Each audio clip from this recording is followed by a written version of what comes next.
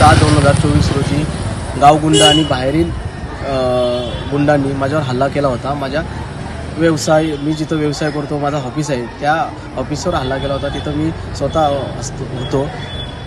त्यानुसार त्यांच्यावर मी गुन्हा दाखल करण्यासाठी उरण पोलीस स्टेशनमध्ये गेलो। उरण पोलीस स्टेशनवर त्यांच्यावर गुन्हा दाखल न करता त्यांच्यावर फक्त NC याच्यावर भागवलं होतं।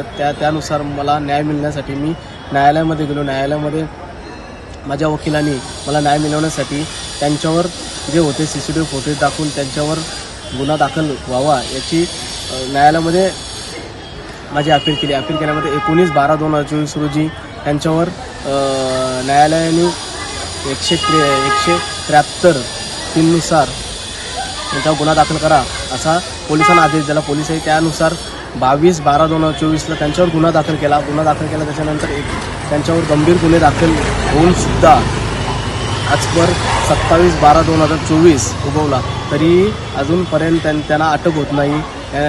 याला जबाबदार कोण? पोलीस अजून काय करत आहेत? अजून कुठला तपास घेत आहेत का?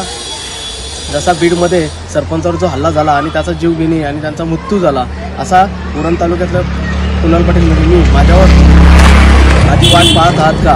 अशी माझी विनंती आहे पोलिसांना का लवकरात लवकर त्यांना अटक व्हावी, ही माझी विनंती आहे।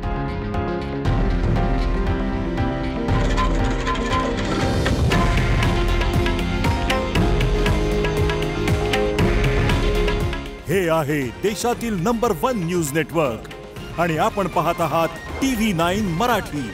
काळजी तुमची, हित महाराष्ट्राचं।